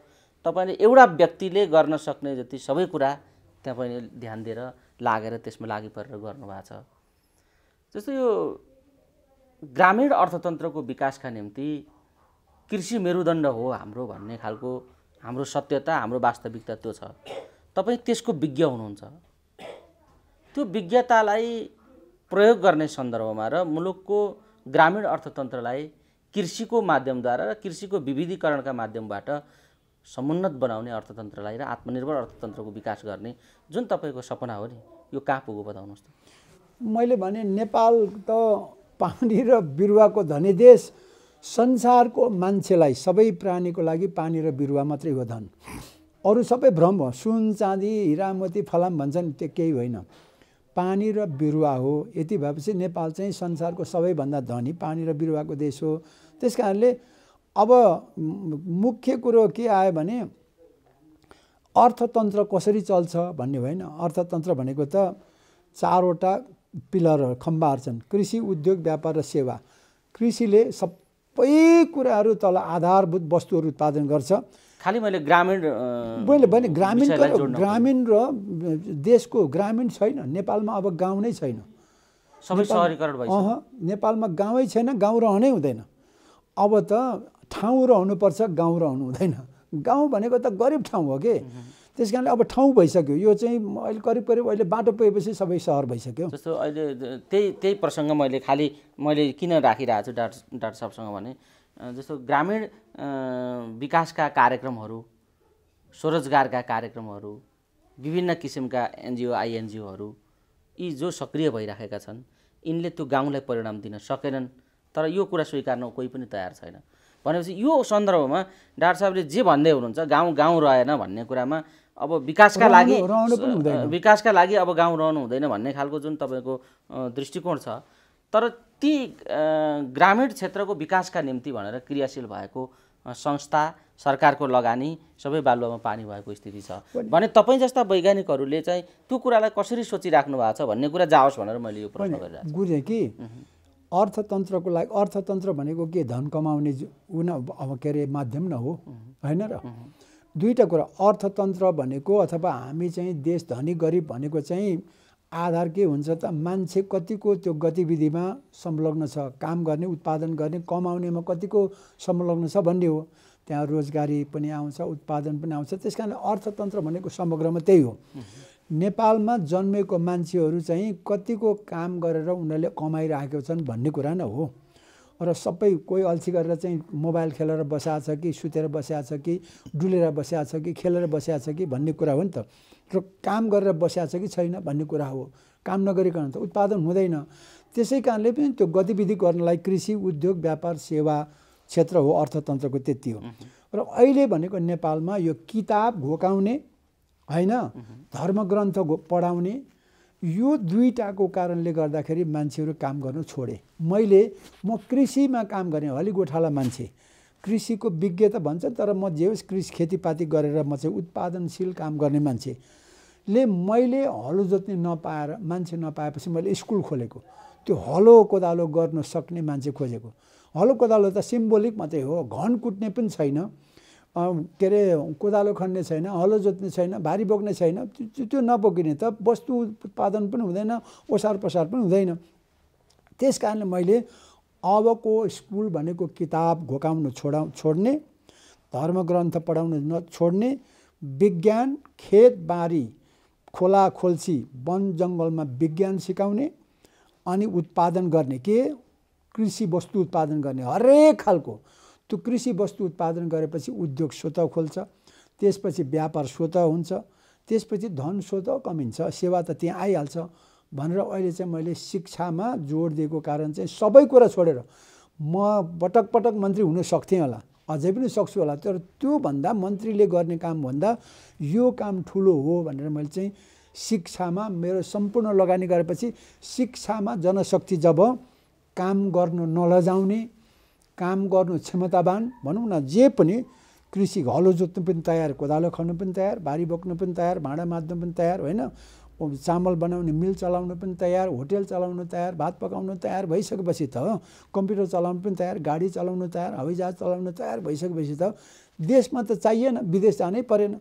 किनभने जति पनि वस्तु उत्पादन गर्ने ठाउँ 10 करोड जनतालाई समेत खुवाउने सक्ने क्षमता भएको हाम्रो माटो छ, धरती छ, होइन, हावा र पानी यति राम्रो छ, त्यसै साथमा बिरुवा छ भनेपछि नेपाल चाहिँ डेकोरेटिभ अर्ग्यानिक एग्रो टुरिज्मबाट नेपालको अर्थतन्त्र हामी सबै अरबपति हुन्छौँ भन्ने मेरो चाहिँ के अरे मुख्य चाहिँ विश्वास हो। विश्वास र दृष्टिकोण त्यो अनुरूप लाग्नु भएको छ। यसमा तपाईँ निराश हुनु भएको छैन? कसरी यो परिस्थितिले बाफ्रे, म त त्यहाँ अहिले पनि तपाईँहरू यहाँ आउँदाखेरि म तल थिएँ, यो सबै कसरी हुन्छ, छिटोभन्दा छिटो विद्यार्थीहरूलाई 75 जिल्लामा 77 जिल्लामा अब के अरे यो शिक्षा लागू गरेर 35,000 स्कुललाई 10,000 आवासीय स्कुल बनाएर नेपालमा 40 लाख त कम्तीमा पनि विद्यार्थीहरू नै आर्थिक रूपमा चाहिँ एकदम उत्पादन गरेर 3 करोडलाई खुवाउन सक्ने क्षमतावान त्यही विद्यार्थीद्वारा विकास भनेर लागेको छ। म त यति डाक्टर साहब, यो ऊर्जा जुन ढङ्गले गहिरो ढङ्गले तपाईँ कृषिको रूपान्तरणका निम्ति काम गर्दै हुनुहुन्छ र यसमा अध्ययन गरिराख्नु भएको छ, एउटा शैक्षिक जागरणको काम गरिराख्नु भएको छ, यति नै ठुलो अभ्यास तपाईले मानिसहरूको यौन जीवनको पाटोमा पनि तपाईले आफ्ना दृष्टिकोणहरू राखिराख्नु भएको छ। यो कृषि र यौनको के सम्बन्ध छ? बाफ्रे, कृषि तपाईँ यो जति कृषिको कुरा गरिराख्नु भएको छ त्यति नै सशक्त ढङ्गले यौनको कुरा पनि उठाइराख्नु भएको छ। कृषि त पछि हो, बताइदिनु न यो कृषि र यौनको सम्बन्ध। सुन्नुहोस् है, यौन सबभन्दा अगाडि, यौन अगाडि, त्यसपछि कृषि, त्यसपछि मात्रै अर्थतन्त्र आउँछ। अर्थतन्त्रको कुरा गर्नुभयो त्यो त पछिको कुरा, कृषिको कुरा गर्नुपर्ने अर्थतन्त्रभन्दा अगाडि कुरा, कृषिभन्दा अगाडि यौनको कुरा।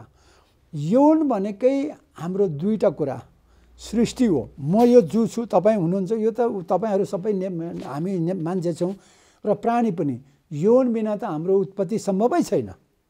त्यस कारणले यौनको अर्थ बुझ्नुपर्छ। मेरो उत्पत्ति कहाँबाट भएछ, कसरी हुँदो रहेछ भन्ने मलाई थाहा हुनुपर्छ। थाहा छैन, आफै जान्दछ भन्ने मान्छेहरू छन् यहाँ, मलाई हाँस उठ्छ। आफै जान्ने त खानु पनि जान्दछ नि, बोल्नु पनि जानिहाल्छ, केही पनि गर्नु पर्दैन, सिकाउनु पर्दैन। थुप्रो त्यस्तो उदाहरण छ र हो पनि। त्यस कारणले यौन एउटा सृष्टि हो, मुहान हो हाम्रो। अर्को कुरा आनन्दको पराकाष्ठ हो, होइन, आनन्द त्यो जतिको स्खलन हो त्यो। मैले भने नि, भात तिउन खानु, होइन, पानी पिउनु र हग्नु मुत्नु र त्यसपछि त्यो बाक्लो मुत्नु हो। वास्तवमा बाक्लो मुताइ नै हो त्यो चाहिँ यौन भनेको। पानी जस्तो भात खाँदाखेरि त्यति धेरै आनन्द आउँदैन, तर हग्दाखेरि कति आनन्द आउँछ। पानी पिउँदाखेरि त्यति आनन्द आउँदैन, तर मुत्दाखेरि कति त्यहाँ मुत्नु पाएन भने के हुन्छ, छटपटी हुन्छ नि। मुत्न पाएपछि के आनन्द हुन्छ। त्यस्तै सेक्स पनि त्यो बाक्लो मुताइ हो। त्यो कति बेला सबै बेला आउँदैन, 10-11 वर्ष जब प्युबर्टी भन्छ, यौन चाहिँ नि चाहना उसको चाहिँ क्षमता भएपछि त्यो हर्मोनहरूले विकास गर्ने, त्यो त अनिवार्य छ। त्यो त पुरानो, नत्र भने अन्डा पुरानो खसेन भने बच्चै हुँदैन, वीर्य पनि पुरानो खसेन भने बच्चै हुँदैन। सबैभन्दा ठुलो कुरा प्राकृतिक सबभन्दा ठुलो कुरै त्यही हो। त्यस कारणले यौन जान्नै पर्छ। यौन कृषि जान्नुभन्दा अगाडि यौन जान्नै पर्छ भनेको मैले त्यही हो। तर अब त्यसो भन्दा बाटो हुन्छ भनेर विशेष गरेर मेरो नाति उमेरको के अरे कहिले काहीँ हेर्छु, कमेन्ट गर्दाखेरि त साले फटालाई यसो उसो भनेर भन्छ। हिजो एउटाले भन्दै थियो, मैले क्षमा पाऊँ, मलाई चिनेन छु, यताउति मैले गाली गरेँ, यस्तो धेरै गाली गरेर लेखेको छ कि। अनि त्यो कत्रो भन्छ, जम्मा 17 वर्षको केटोले त्यसै के उसलाई के बुझिरहेको, उसले चाहिँ उल्टो बुझेछ। त्यस्तै धेरैजना हुनुहुन्छ। मैले भने बाबा, म त यत्रो वर्ष अभ्यास गरेर संसारको समस्या मान्छे मात्रै हो, मान्छेमा यौन मात्रै हो। यौन ठिक भएर भयो भनेदेखि कोही पनि बेठिक हुँदैन। आमालाई सिकाउनुपर्छ यौन, आमालाई थाहा पाउनुपर्छ र आमाले छोराछोरी जन्माउने भने उनलाई शिक्षा हुनु पर्यो असल मान्छे कस्तो हुनुपर्छ भनेर। त्यही भनेर त्यो चाहिँ यौन शिक्षा, आमा शिक्षा अनि अरू शिक्षाको कुरा आउँछ। र यौन अर्को कुरा, यौन हाम्रो मुहान हो, सृजनाको हाम्रो चाहिँ सृष्टिको मुहान हो, 1 नम्बर, अति नम्बर 1 मान्छेको जीवनमा 1 नम्बर कुरै त्यो हो। अर्को कुरा आनन्दको पराकाष्ठ हो, आनन्द त्यहाँभन्दा माथि छँदै छैन। तेस्रो कुरा स्वास्थ्य, रक्त सञ्चार यति गजबको हुन्छ यौन गर्दाखेरि रक्त सञ्चार, त्यो त बुझ्नु पर्यो होइन। ब्लड सर्कुलेसन यत्रो लिङ्ग होइन, के अरे एउटा थैली यत्रो हुन्छ, किनभने त्यो त सबै शरीरको तलदेखि माथि त बारम्बार भन्दै आएको छु मैले। ब्लड सर्कुलेसन हो, हेल्थ हो। म अहिले पनि 73 वर्षमा यति हेल्दी छु, मलाई केही पनि रोग छैन। किन भन्दाखेरि मेरो यौनको हो होइन। म अझै पनि यौन चाहना हुन्छ, गर्नु सक्छु, गर्दाखेरि आहा म त हेल्दी छु। सबैलाई त्यही भन्छु, ट्राई गर्नु सबै। म त्यही तैँले गरेको गर्नुपर्छ र हामीले गर्नु पर्दैन। तर मलाई सोध्नुहुन्छ भने तिमी कसरी यस्तो भयो भन्दाखेरि मेरो त भनाइ नै त्यही हो। त्यस कारणले शिक्षा हुनुपर्छ, सबै जान्नुपर्छ, तर पहिला यौन जान्नुपर्छ, त्यसपछि कृषि जान्नुपर्छ, अनि मात्रै अर्थतन्त्र जानेर अरू बाँकी कुरा हुन्छ, अनि मात्रै एमसिसी फेमसिसी यो कुराहरू आउँछ होइन। राजनीतिक कुरा आउँछ, मन्त्री हुन्छ, प्रधानमन्त्री कुरा। महत्त्वपूर्ण कुरा त बालकदेखि नै जान्नुपर्ने यो हो। र सबैलाई मेरो कुरा चाहिँ मैले यसरी राखेको। डाक्टर साहब त्यो राख्नुभयो, तर यसको यतापट्टि रिसर्च गर्ने सन्दर्भमा तपाईँले जे अभिव्यक्तिहरू दिनुभएको छ नि त्यसलाई बढी मान्छेले आलोचना गरेको देखिन्छ। जस्तो अब यसको अध्ययन रिसर्चको सिलसिलामा मैले चाहिँ यति सङ्ख्यामा म सहभागी भएँ, यौनका मामलामा म यति सङ्ख्यामा सहभागी छु भनेर हजारौँसँगको सम्पर्कका सन्दर्भहरू पनि तपाईँले उठाइदिनुहुन्छ। मान्छेलाई समाजमा त्यो कुरा बुझ्न सहज होस् भन्ने हिसाबले तपाईँले यो विषय उठाइदिनु भएको, प्रोपोगन्डा गरिदिनु भएको हो कि साँच्चै तपाईँ त्यसरी सहभागी हुनुभएको हो, बताइदिनुहोस् त। होइन, त्यसरी भएन। म मेरो त ढाँट्ने बानी नै छैन। म त यस्तो होइन, कतिपय कुरा शिक्षा दिनका लागि पनि आफूले कतिपय सन्दर्भहरूलाई जोड्नु पर्ने पनि हुन्छ नि कहिलेकाहीँ। रमाइलो होस् मैले यसो गरेँ भने गफाडी, त्यो त गफ हो कि। म शब्दजाली होइन, मलाई गफ आउँदैन। म त गरेर मात्रै भन्ने हो। हरेक कुरा आजसम्म जे भएको छु, जे भनेको छु मैले गरेर मात्रै भनेको छु। कृषि गरेको छु, शिक्षा गरेको छु होइन। गफ दिन्न, शब्दजाल भनेको त भयङ्कर ठुलो अपराध हो, प्रमाणसहित भन्छु नि म त। तर अब त्यो नाम यदि व्यक्तिको चाहिँ आत्मसम्मानमा घात नजाने भने म नामै पनि भनिदिन सक्छु नि गर्थ्यो भने। त्यो त गलत हुन्छ। नारीको हरेक व्यक्तिको व्यक्तिगत आत्मसम्मान हुन्छ, त्यो त सम्मान गर्नु पर्यो। कुन जात के गर्नुभयो भने चाहिँ मलाई त्यति चाहिँ नजाउँ, अब त्यो चाहिँ व्यक्तिगत कुरा। त्यता नजाउँ, मैले त्यो व्यक्तिसँग पुगौँ भन्ने हिसाबले यो प्रश्न गरेको पनि होइन। खालि तपाईँको जुन यो प्र्याक्टिकल्ली अनुभव डाक्टर साहबले राख्नु भएको हो कि यो खालि एजुकेसनको एउटा सैद्धान्तिक कुरा मात्रै गर्नुभएको हो भन्ने। 22,000 दिनमा मैले यौन गर्दाखेरि 1052 जना पुग्नु भनेको त ठुलो कुरो त होइन। मैले 27,000 दिन त बाँचिसकेँ म होइन। 27,000 दिनमा त म करिब भनौँ न 26-27,000 दिन भइसक्यो मैले बाँचेको। 22-23,000 दिन त मैले यौन गर्ने मेरो उमेरै थियो र गरेको पनि हो। अहिले त गर्दैछु भनेदेखि त्यति बेला त संसार कस्तो होला होइन। दिनमा 3-4 जनासँग गर्लफ्रेन्डसँग पनि भेट्यो भने त्यो त संयोग हो, मैले खोजेर हिँडेको पनि होइन। त्यो त्यसै भयो कि। फेरि एक ठाउँ भयो पनि हुनु, म एउटा कहाँ रतन छ त्यो खोटाङको कुना गाउँमा जन्मेको मान्छे, अहिले राम्रोसँग बाटो पुगेको छैन, बिजुली पुगेको छैन। त्यहाँको मान्छे 72 देश घुम्यो होला, घुमे कसरी? 75 जिल्ला त के अरे अब 77 जिल्ला अब 2 पटक हिँडिसकेँ, पैदल हिँडेको 1 पटक। यस्तो बेलामा मैले कतिजनालाई भेटेँ। डाक्टर साहब एकदम इम्पोर्टेन्ट छ यो, मान्छेलाई गलत लाग्ने सक्छ कतिपय नबुझ्दासम्म, तर तपाईँले आज जीवनमा यौनको सन्दर्भमा जे भन्दै हुनुहुन्छ यो हाम्रो नेपाली समाजका लागि आज एकदमै ठुलो विषय ठुलो अध्ययनको विषय बनेको छ र डाक्टर साहबले यसमा ठुलो शिक्षाको एउटा प्राप्ति पनि गर्नुभएको हो कि भन्ने मलाई अनुभूति हुन्छ। किनभने ठुलो सङ्ख्या वैदेशिक रोजगारमा छ र मानिसहरूको यौन जीवन चाहिँ विकृत बनिसकेपछि पारिवारिक द्वन्द्व, मारपिट, हत्या हिंसादेखि लिएर बलात्कारसम्मका घटनाहरू चाहिँ समाजमा, हाम्रो नेपाली समाजमा विकराल ढङ्गले बढ्दै गएको देखिन्छ। त्यसो भएको हुनाले यो समाजको आजको स्थिति र डाक्टर साहबले जुन विकास गर्नुभएको र दिन खोज्नुभएको शिक्षा र हासिल गर्नुभएको अनुभव छ, यो कुराले ठुलो महत्त्व राख्छ हाम्रो समाजलाई अबका दिनमा भन्ने मलाई लाग्छ। र जसरी यो परिवारहरू चाहिँ भाँडिराखेका छन् यौनको मामला, यौनका सन्दर्भहरूले, कोही कोहीसँग लाग्यो भनेर, कोही कसैलाई ल्यायो भनेर, कोही कसैले चाहिँ आक्रमण गर्यो भनेर, यी विभिन्न खालखण्डले मानिसहरूको परिवार जसरी भत्किँदैछ यौनका सन्दर्भले, तपाईँको चाहिँ कसरी बलियो भइराखेको छ यत्रो खुलेआम सार्वजनिक गर्दा? होइन, मेरो बलियो यो बताउनुहोस् त, तपाईँको पारिवारिक सन्तुलनको कुराले पनि अन्य मानिसहरूलाई ठुलो जीवनको शिक्षा हुनसक्छ। डाक्टर साहब खोलेर बताइदिनुहोस् त यो विषय। होइन, मेरो त स्कुलमै 200 विद्यार्थीहरू छन्, त्यसमा तरुणी तन्नेरी गर्ने जो सेक्स यौन योग्य त 50 झन्झनै 100 जना नै छन्। हाम्रो केही समस्या छैन। पहिला एकैजनासँग हुँदा पनि, एकजना मात्रै केटी हुँदा, 2-3 जना केटा हुँदाखेरि पनि भयङ्कर समस्या हुन्थ्यो। अहिले जब मैले यौनको खुला रूपमा आफै पनि नाङ्गै गरेर हिँड्छु, केही पनि होइन, जन्मेको नाङ्गै हो, जाने नाङ्गै हो, आफ्नो यो अङ्गहरू सबै बुझ्नु, माथि केसदेखि तल नङसम्म सबै बुझ्यो भनेर, त्यसको अर्थ बुझ्यो भनेदेखि कुनै समस्या हुँदैन भनेर मैले चाहिँ यो चाहिँ एकदमै महत्त्वपूर्ण रहेछ। संसारमा अहिले यौनभन्दा ठुलो समस्या केही पनि छैन। यही यौनका कारणले कोही कोहीसँग लाग्यो भनेर मारपिट त्यही भइरहेको त छ हाम्रो होइन, समाजमा। अहिले पनि नेपालमा यो सन्तुलन तपाईँको कसरी मिलिरहेको छ, त्यो अनुभव चाहिँ सबैलाई काम लाग्न सक्छ? होइन, मैले मेरो परिवारमा सबै कुरा फ्रिली, म आफै यहाँ पनि नाङ्गै हिँड्छु। मेरो नाति नातिनीहरू छन्, ए बाजे भन्छन् घरि, हे गर्छन्। अब त्यो पनि गइसक्यो कि एकपटक सुन्दाखेरि, जस्तो राजाको पालामा गणतन्त्र भन्यो भनेदेखि सिधै जेल जानुपर्ने थियो। अनि यो त हामीलाई पनि अस्वाभाविक लाग्छ नि त। अहिले अब जे भन्दै हुनुहुन्छ पहिला यो मलाई पनि अस्वाभाविक लागिरहेको छ। पहिला कुरा गर्दाखेरि तपाईँ नै एकदम झन्झनै तर्सिनु भयो होइन। मैले त यहाँ त सबै कुराहरू, मैले योनि लिङ्ग जुन छ नि, यो गुदबारहरू म चाहिँ नेपालीमा भन्छु। मेरो नाति तर अब यो त सभ्यतालाई नै नङ्गाउने कुरा हो भन्ने बुझ्छन् नि मान्छेले। सभ्यता के हो त्यो? मानव सभ्यतालाई नै, मानव सभ्यताकै उपर जङ्गली समाजको जस्तो तरिका भनेर तपाईँले आलोचना गरेको पनि देखिन्छ। होइन, यसो छ, मानव सभ्यता चाहिँ सभ्य भए त ठिकै छ, तर मानवलाई नै ध्वस्त बनाउने सभ्यतालाई सभ्यता भन्नु चाहिँ म चाहन्न। अहिले त जलवायु परिवर्तन र प्रदूषणले गर्दा, गरिबीले गर्दा र द्वन्द्वले गर्दाखेरि त सभ्य होइन कि नेपाल, के अरे संसारको सभ्यता होइन कि, यो त ध्वस्त बनाइसक्यो के अरे संसारको मान्छेले संसारलाई। नेपालको त कुरै छोडिदिउँ न, किताब पाठ्य पुस्तक घोकाउने र गीता, विशेष गरेर गीता पढाउने होइन। नेपालमा त धेरै हिन्दू छन्, त्रिपिटक पढाउने बुद्धहरूले, अब अहिले बाइबल आएको छ, कुरान आएको छ।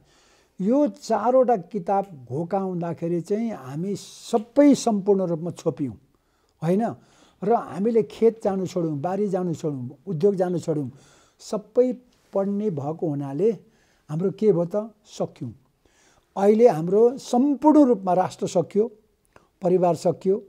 उदाहरणको लागि, एउटा परिवारको एकजना मान्छे, लोग्ने मान्छे जो बाउ छ, विदेश गयो, उसले कमाएर यहाँ कसलाई पठाउँछ, स्वास्नीलाई पठाउँछ, स्वास्नी मिठो र चाहिँ खरो भएर कस्तो विकृति आछ।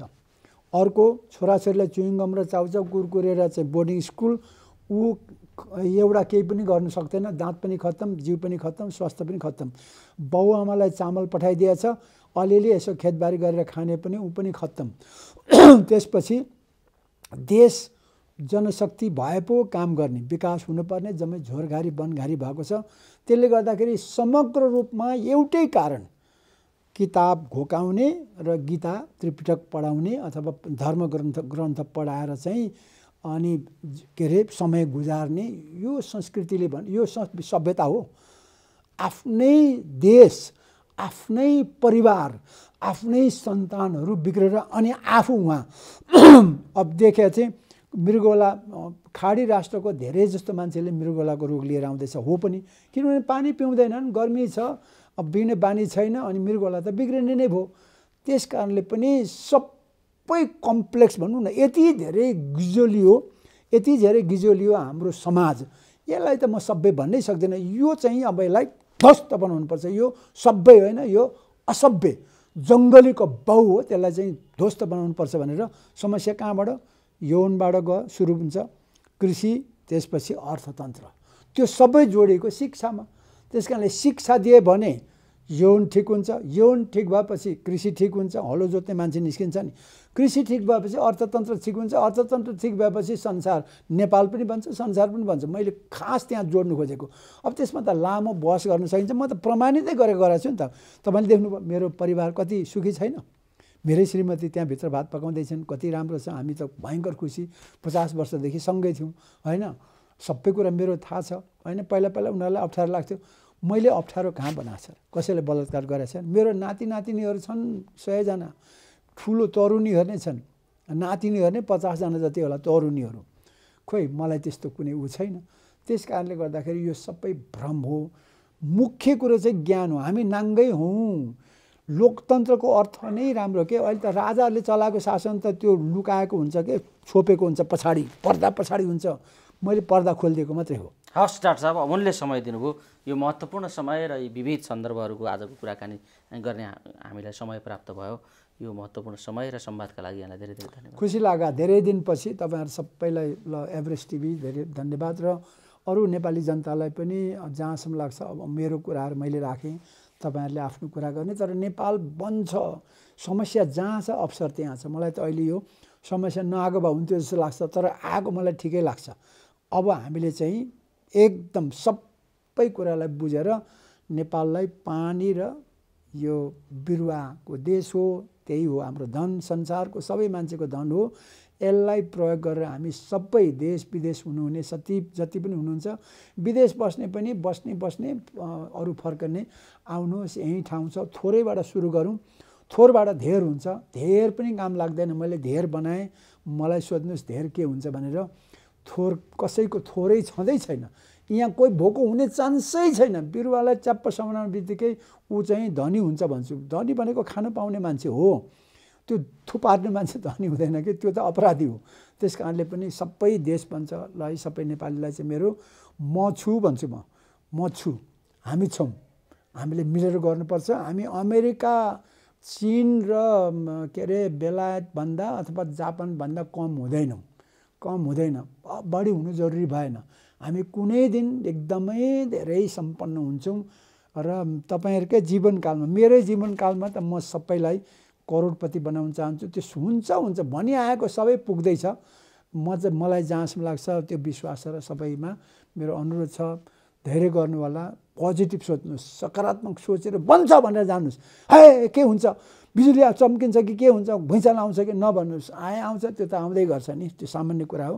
तर हामीले सहँदै गतिमा रहँदै हतार होइन लगातार जानुपर्छ। हस्, धन्यवाद।